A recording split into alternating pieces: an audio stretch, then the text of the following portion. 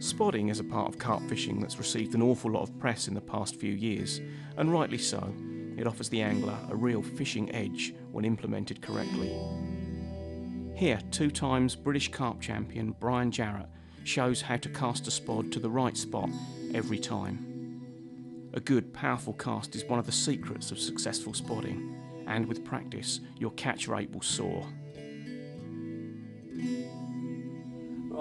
As far as the spodding's concerned, everything is down to exact accuracy.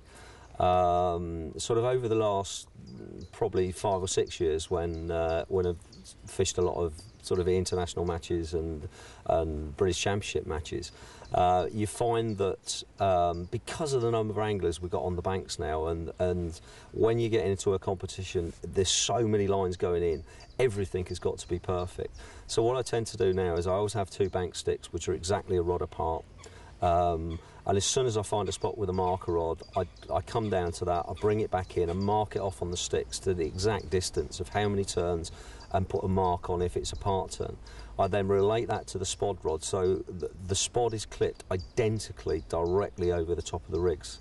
So if I'm fishing a zig up in the water, I want the bait landing directly on top of it, because that's where I want all the excitement to be. If you can fish accurately at whatever distance you're happy with, that's what you should concentrate on, and get it tighter and tighter and tighter.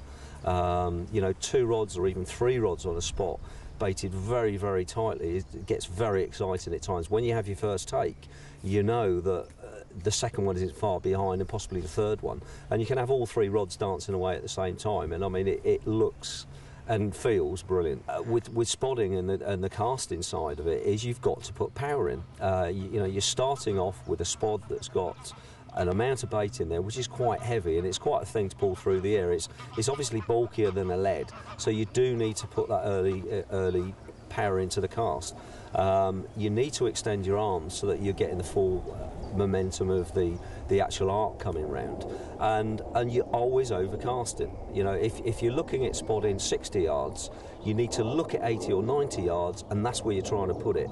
Get that power with the spod moving early. As soon as that spod starts flying, then you can start feathering it onto the clip and dropping it onto the spot. But so many times you see people lightly starting the spod off and pushing the rod right out forward desperately to try and get it that little bit longer. It's just so much easier if you put the power in and then feather it down and actually let it hit the clip.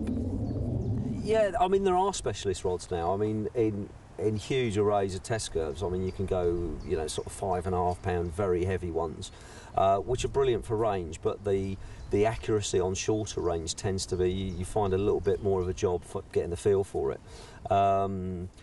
But since Corda have brought the new range of spods out, you've got an extreme range one, which is 10 times easier to get the distance with a standard type spod rod. But they've also brought a very small one out, and that one you can put on, I would say, any 2.5 pound test curve rod, and quite happily, because you're only looking at a small amount of bait in there. But it's a lovely one just to either trickle a little bit of bait into a smaller water, a quiet little swim where you don't want too much out there, or you want a few little patches around rather than one big heavy amount of bait. But it allows you to use a standard rod as well. I mean, a designated spod rod is perfect to have, because there's so many instances you're going to need to use one.